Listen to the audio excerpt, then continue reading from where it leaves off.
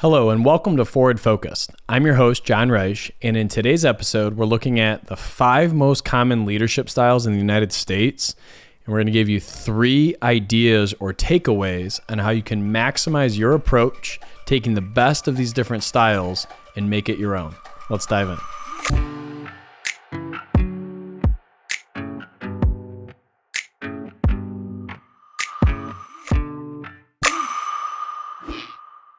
So in the United States, there are 5 styles of leadership that are identified as these are the most common approaches and the way in which you should run your team, your organization, or your company. And in addition to that, these styles have pros and cons that come with them, right? And so you need to think about, once I understand these 5 styles, where am I at currently? You're going to fall naturally into one of the styles. And then you can say to yourself, am I getting the results I want using that style, right? Because the truth of the matter is that every situation, every focus is going to have pros and cons from these different styles. And so your ability to identify the situation, identify the people involved, and say to yourself, which style makes the most sense given this climate or given this circumstance, that's the key to great leadership in 2023 and beyond. Let's dive into it. The first style, Transformational Leadership. This focuses on inspiring change, on motivating others to achieve common goals, right? This is sort of the quintessential definition of what leadership and leaders has been for many, many years, right? The idea that we can achieve more together, that we have synergy, that by focusing on things bigger than ourselves, we're able to do so much more as a unit. Leaders in this style communicate vision, they encourage innovation or challenging the status quo, and they foster a positive, upbeat organizational culture. The example of this is Steve Jobs at Apple. Now, some of you may be thinking, well, I heard Steve Jobs was ruthless, and I heard he wasn't positive and upbeat. He was when it came to the company mission, right? He maybe wasn't in the way he treated people one-on-one or in small group settings. But when it came to disrupting the way in which we live our lives, he always pushed vision, innovation, collaboration. He wanted to have the best of the best. And at times, he may have stepped on people to get there. But in regards to the company mission, he absolutely was a transformational leader. The second style, Transactional Leadership. This involves exchanges between leaders and followers, emphasizing rewards, emphasizing good performance and corrective actions for poor or underwhelming performance. So Jack Welch was the CEO at General Electric. I've talked about him on this podcast before, and he was all about celebrating good performances, celebrating the wins, focusing on the good that the team was doing while immediately nipping in the bud the negative actions or toxic environments that sometimes come with a workplace culture. So it's the idea that I'm your leader, you're the employee. It's transactional in that sense, but here's how you win. Here's what you get when you win.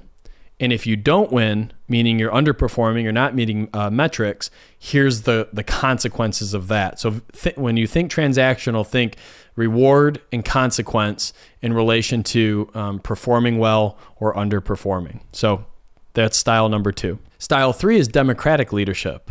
So this encourages participation from team members in all decisions or in the decision-making process. This leader considers inputs from others before making final decisions. There's a heavy emphasis on collaboration. Tell me a time that this worked well in another company. Tell me about what you saw, in your other jobs, your other performances. Can you research ideas to, improve the culture in the workplace? Let's come back. Let's whiteboard it out. Let's write it all out and say, okay, what are the top 3 things we want to focus on as a team? So it's very collaborative. This notion of co-authorship is a big part of democratic leadership. The idea that you and I together will set goals that will move the organization forward. The best example I can give is Warren Buffett at Berkshire Hathaway. This guy, obviously a multi-billionaire, has changed so many people's lives on the financial sense and the business sense. and he absolutely is collaborative and practices co-authorship at the workplace. So that's democratic leadership. The next style is autocratic leadership. Autocratic leadership. This is centralized control where the leader makes decisions without much input from others.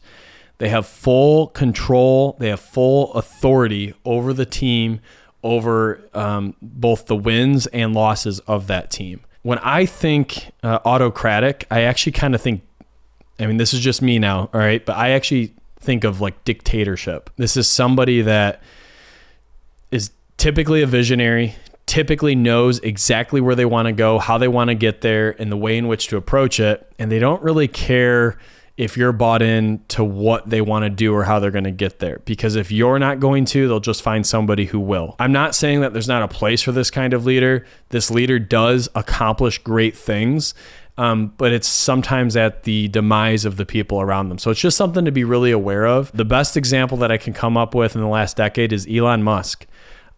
This guy, hell or high water, right? He is committed to disrupting the way in which we live and disrupting the way in which we operate on a daily basis. For those who have read maybe books about him or autobiographies that have been done, I think they just published a biography on him in the last year or so. It's all around how it's Elon's way or nobody's way. And that's something to definitely think about. So that's autocratic leadership.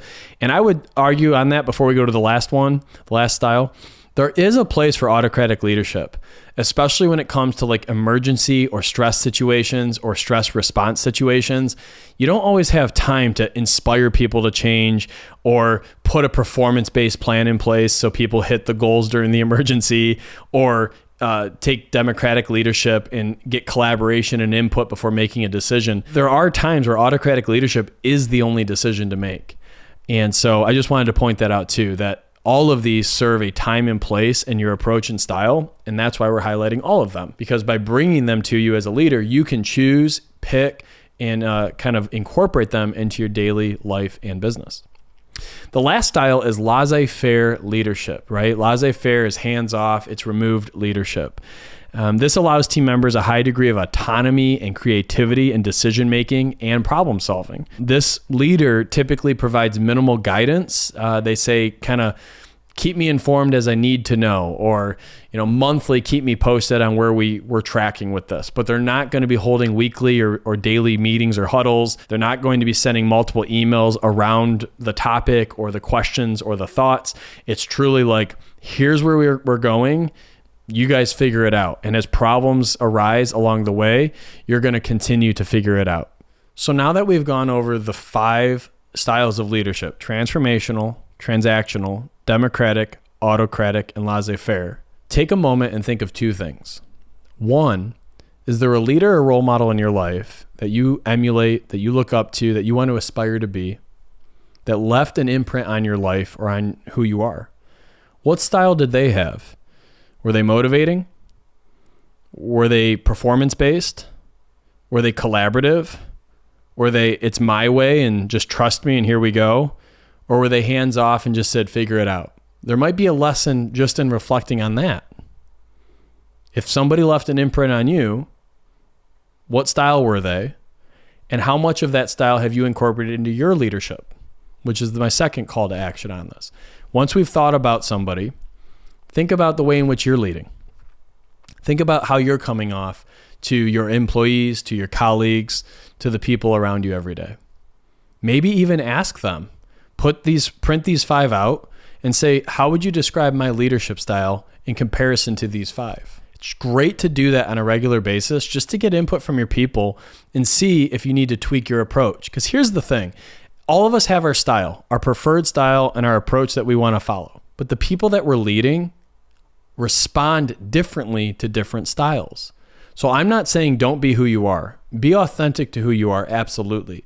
But also realize that by making slight adjustments to your approach, you can maximize a deeper relationship, better outcomes, and better performance.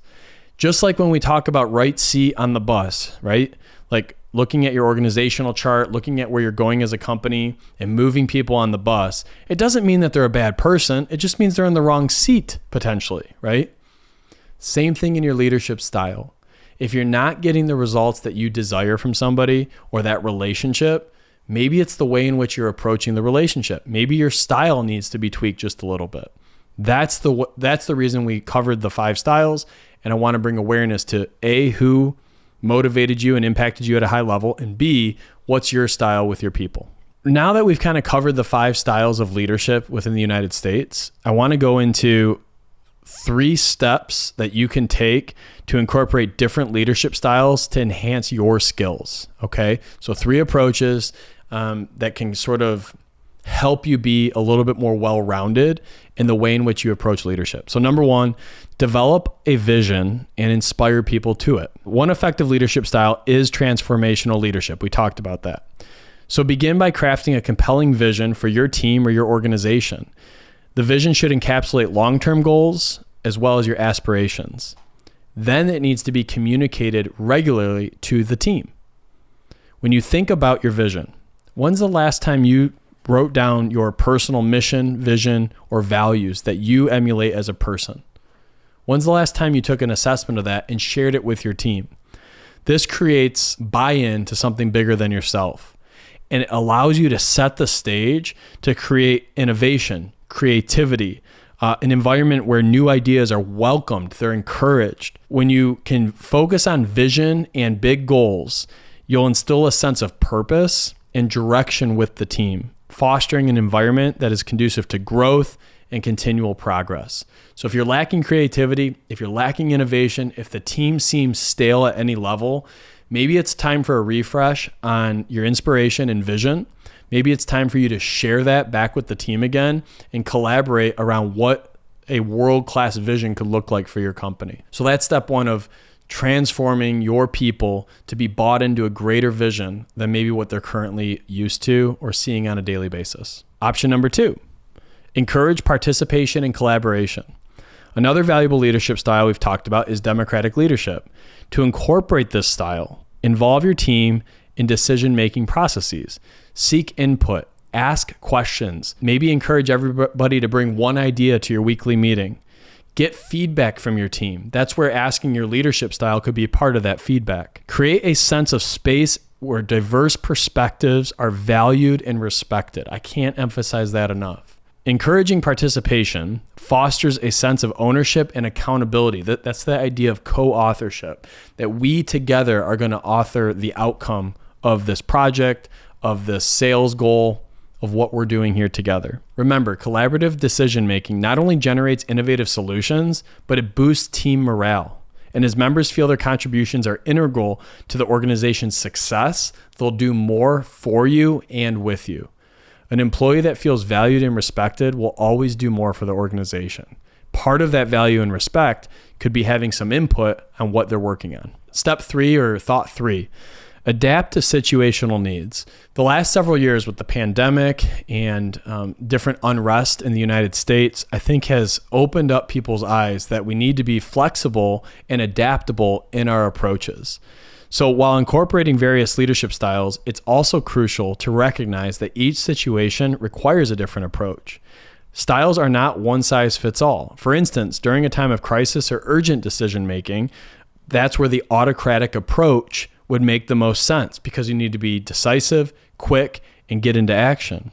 However, during more stable or maybe growth-oriented periods, transitioning towards either laissez-faire or a collaborative approach can empower your team, allowing for greater autonomy and creativity. So remember, by adapting your leadership style based on these situational needs, it showcases your strengths in flexibility, your agility, and your ability as a leader to respond effectively in the dynamic demands that your team or organization has. So you need to be able to look and say, is it wartime in my business or industry? Do I need to be more direct, more decisive, and to the point? Or is this a time of winning and growth and stability, peacetime, if you will, in my industry? And if so, this is the time to spur creativity and innovation and collaboration. So again, these approaches can benefit you and your organization at a high level, depending on what you want to look at. So by blending these different approaches, these different elements from these different leadership styles and adapting them to specific situations, you can cultivate a versatile and effective leadership approach that meets the needs of everybody on your team.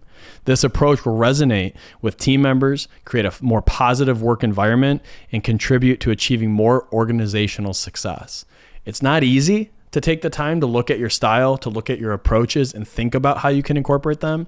But I promise if you do that, you'll be able to get more out of your people, you'll feel more fulfilled in your work, and your organization will be humming at a higher level. So I encourage you to look at the styles of leadership, ask yourself if there's a mentor or role model that follows one of those models and the impact they had on you.